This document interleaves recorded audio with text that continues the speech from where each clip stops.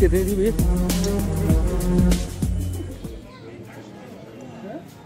गर्मी बहुत बढ़ रही है।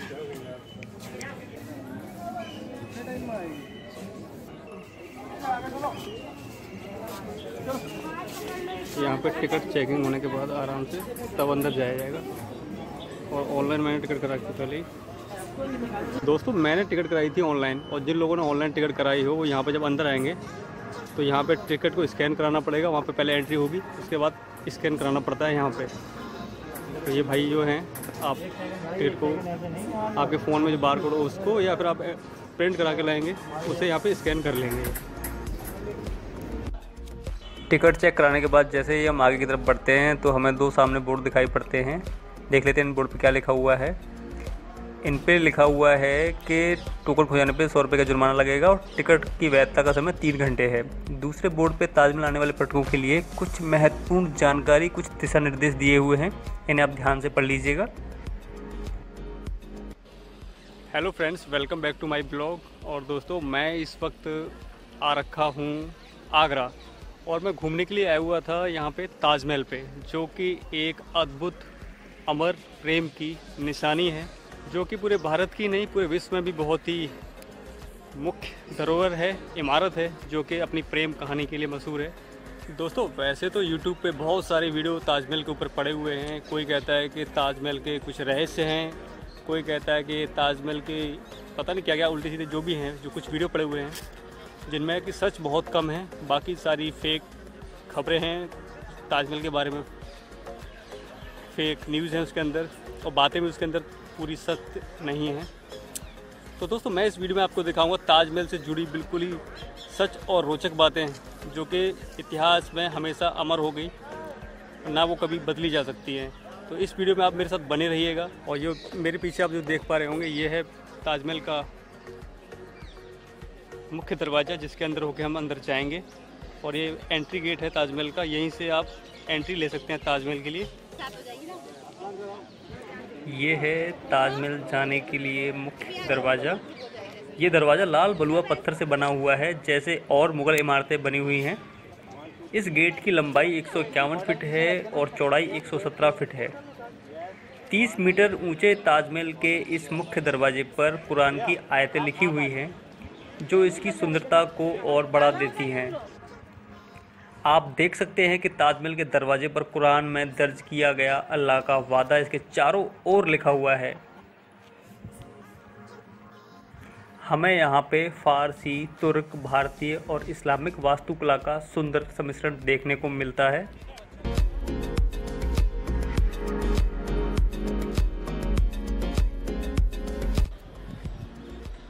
दोस्तों ये है ताजमहल का जाने के लिए मुख्य दरवाज़ा। इसमें हम जब भी एंट्री के सामने जब आते हैं, सामने हमें दिखाई दे रहा होता है ताजमहल की कुछ एक खूबसूरत, बहुत ही खूबसूरत झलक। देखिए यहाँ से कितना खूबसूरत नज़ारा, ठंडी ठंडी हवा, और इस गेट से दूर दिखाई दे रहा है ताज, जो कि एक अमर प्रेम की निशानी है, जो कि हमेशा के लिए ही अमर हो गई। इसकी जो खूबसूरती है वो देखते ही बनती है, बहुत ही खूबसूरत यहाँ से नज़र आ रहा है। तो ज़रा सोचिए कि जब हम उसके पास और नज़दीक जाएंगे तो कितना खूबसूरत होगा। ताजमहल बादशाह शाहजहाँ का मुग़ल आर्किटेक्चर का मास्टरपीस है और दुनिया की सबसे मशहूर इमारत है। आज भी मुग़ल सल्तनत से जुड़ी दौलत और ताकत हमें यहाँ पे नज़र आती है। मुग़ल बादशाह शाहजहाँ ने ताजमहल को अपनी पत्नी अर्जुमंद बानो बेगम, जिन्हें मुमताज़ महल भी कहा जाता है, की याद में बनवाया था। ताजमहल को शाहजहाँ ने मुमताज़ महल की कब्र के ऊपर बनवाया था। मृत्यु के बाद शाहजहाँ को भी यहीं दफन किया गया था। मुमताज़ महल के नाम पर ही इस मकबरे का नाम ताजमहल पड़ा। सन 1612 ईस्वी में निकाह के बाद 1631 में अर्जुमंद बानो की मृत्यु हो गई थी। इसे 1632 ईस्वी में बनवाना शुरू किया गया। ये मकबरा 42 एकड़ में फैला हुआ है। 1653 में ये पूरी तरह बनके तैयार हुआ था, यानी 20 सालों में 37 कुशल कारीगरों की देखरेख में 20,000 मजदूरों ने इसे बना के तैयार किया था। मुग़ल जब भी कोई इमारत या मकबरा या किले का निर्माण करवाते थे तो वहाँ पे पानी के फव्वारे ज़रूर लगवाते थे, और कुछ इसी तरीके का पानी के फव्वारे यहाँ पे लगे हुए हैं ताजमहल में। और इनमें एक देखने वाली बात ये है कि ये फुव्वारे जो लगे हुए हैं इनमें किसी भी तरह का कोई उपकरण नहीं लगा हुआ है, फिर भी ये पानी प्रेशर के साथ नीचे से ऊपर की तरफ उठता है, फुव्वारे द्वारा बाहर निकलता है।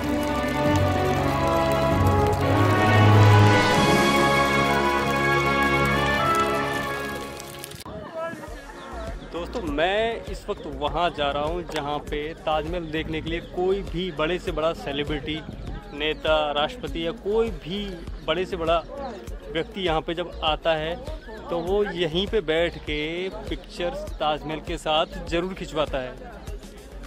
तो मैं भी वहीं पे इस वक्त आ गया हूँ, क्योंकि 2-4 तस्वीरें मैं भी यहाँ पे ही लूँगा। तो मैं आपको दिखा देता हूँ, जो ये पीछे की तरफ है यहाँ पे ये लोग फ़ोटो खिंचवा रहे हैं, यही है वो जगह।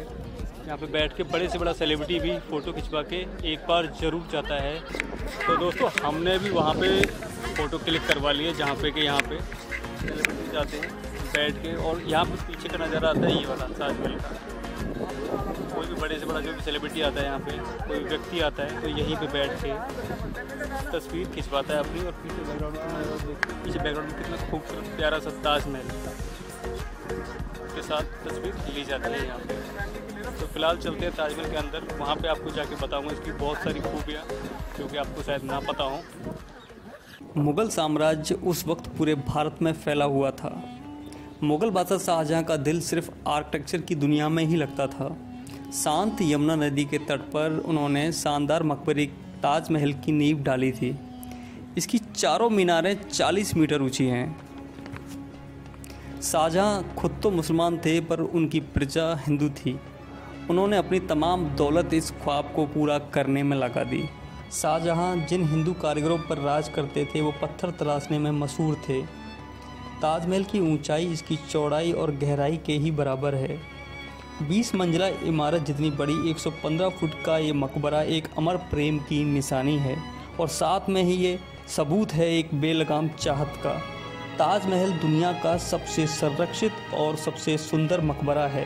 जिस तरह से ताजमहल के मुख्य दरवाजे पर भी जो कुरान की आयतें लिखी हुई हैं, वैसी की वैसी आयतें मकबरे की ऊपर गेट की दीवारों पर भी लिखी हुई हैं, जो देखने में बहुत ही खूबसूरत नज़र आती है।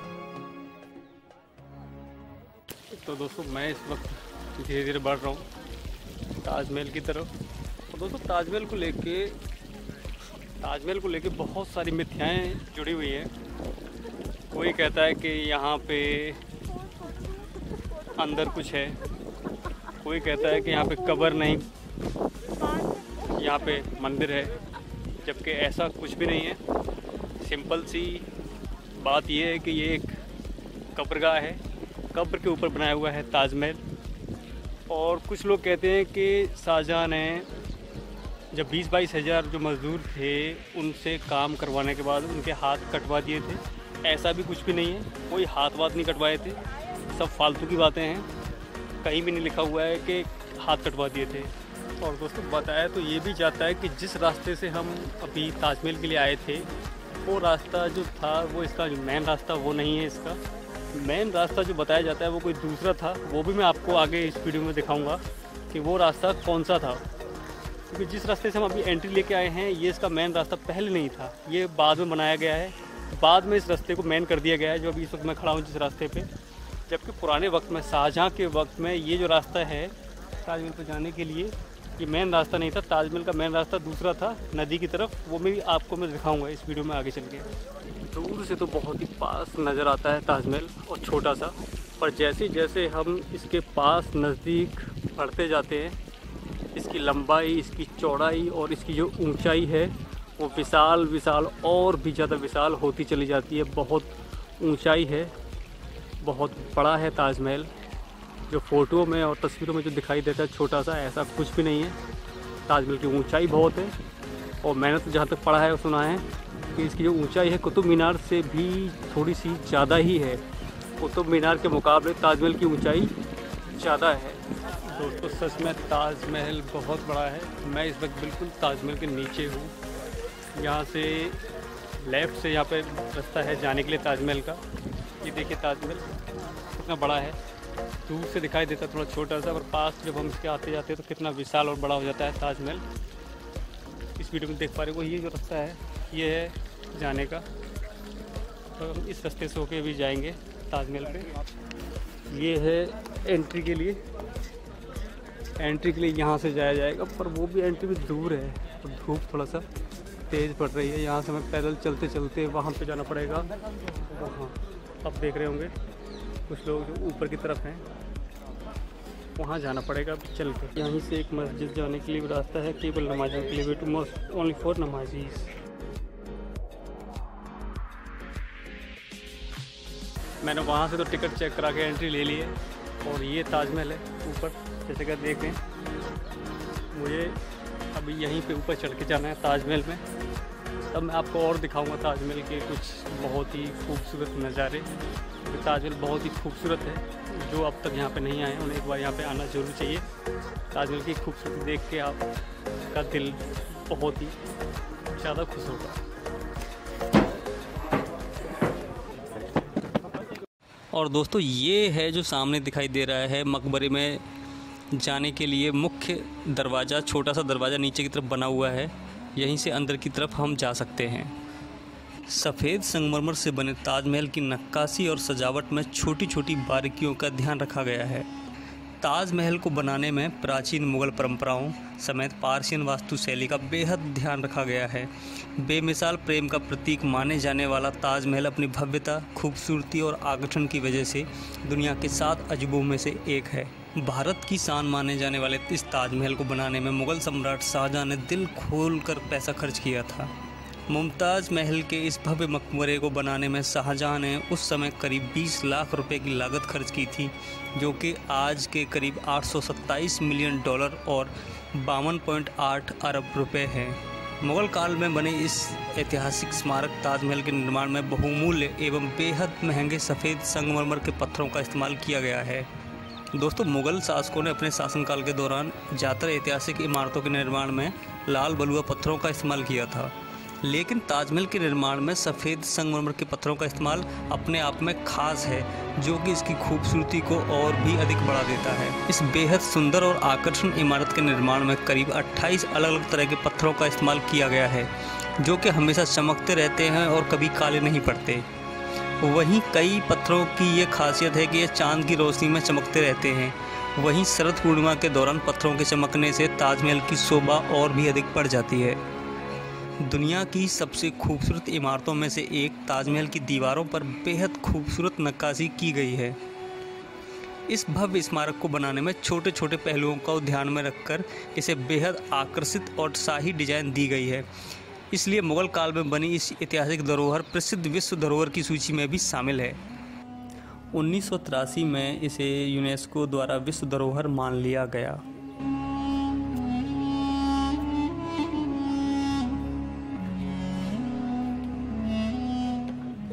तो दोस्तों, मैं निकल आया मकबरे से बाहर। मकबरे के अंदर तो फ़ोटोग्राफ़ी की नहीं जा सकती, ना ही कर सकते हैं, जैसा कि यहाँ पे आपको दिखा देता हूँ। यहाँ पे लगा हुआ है।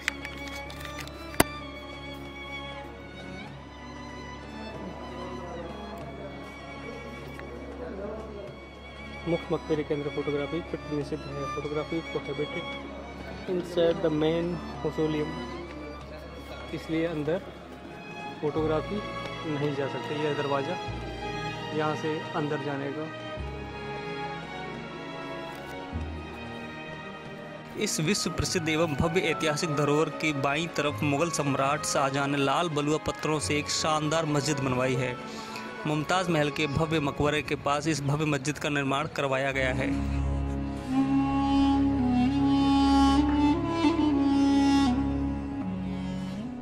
ताजमहल की गुंबद के नीचे 2 बेमिसाल प्यार करने वाली प्रेमी मुमताज़ और शाहजहां की कब्र भी बनी हुई है, लेकिन इन कब्रों को वास्तविक नहीं समझा जाता। इसकी असली समाधि नीचे तहखाने में बनी हुई है, जहां आमतौर पर आने जाने की अनुमति नहीं है। सफ़ेद संगमरमर के पत्थरों से बनी ये भव्य इमारत सपनों के स्वर्ग जैसी दिखाई देती है और अपनी शाही बनावट की वजह से हर किसी को अपनी तरफ खींचती है।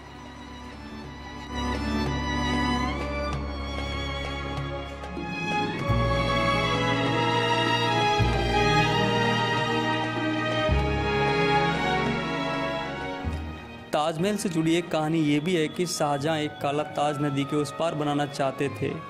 लोग कहते हैं कि शाहजहां के काला ताज बनाने से पहले ही उसके बेटे ने उसका तख्ता पलट दिया और काला ताज बनाने की उनकी ख्वाहिश अधूरी रह गई। यहाँ पे कोई अवशेष खुदाई के दौरान नहीं मिले, ना ही कोई काला पत्थर, तो ये पता लगता है कि वो सिर्फ एक मनगढ़ंत कहानी थी जो लोगों के द्वारा बनाई गई थी।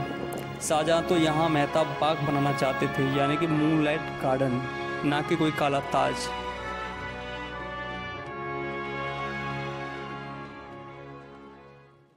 तो फ्रेंड्स, मैंने तो ताजमहल देख लिया है और काफ़ी हो गया हूँ परेशान, मतलब थक गया हूँ काफ़ी। बहुत बड़ा है, बहुत बड़े एरिया में फैला हुआ है ये ताजमहल।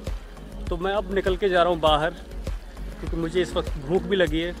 और दोस्तों, आपको ताजमहल से जुड़ी ये जानकारी कैसी लगी मुझे ज़रूर बताइएगा, और कैसा लगा ये वीडियो कमेंट कीजिएगा, और मेरे चैनल को सब्सक्राइब करना बिल्कुल मत भूलिएगा। फिर मिलेंगे किसी और नए वीडियो के साथ, तब तक के लिए goodbye and take care, अपना ख्याल रखिएगा।